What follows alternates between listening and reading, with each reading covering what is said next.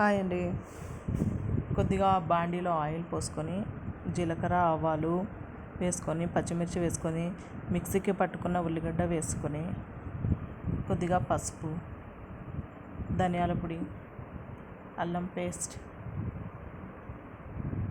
మిరియాల పొడి, కారం,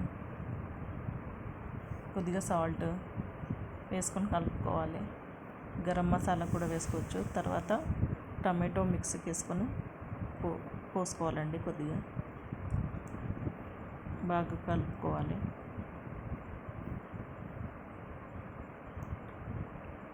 ఆయిల్ కొద్దిగా ఎక్కువ పడుతుంది, నేను తక్కువ వేసుకున్నా, కావాలంటే వేసుకోవచ్చు.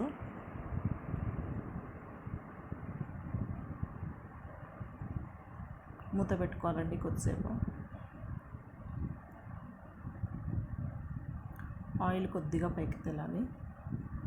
తర్వాత ఎగ్స్ డైరెక్ట్గా పగలగొట్టుకోవాలండి. ఇందులో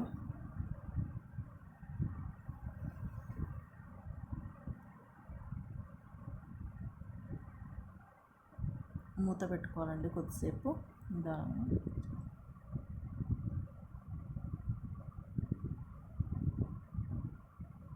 ఒక 10 నిమిషాల తర్వాత తీసి చూసుకోవాలి. నిదానంగా అలా తీసి కిందిది పైకి వేసుకోవాలి.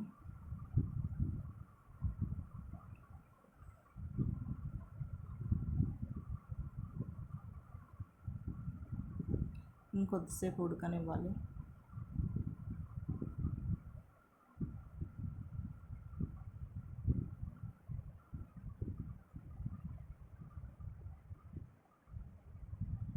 మరి కొద్దిసేపు మూత పెట్టుకోవాలండి.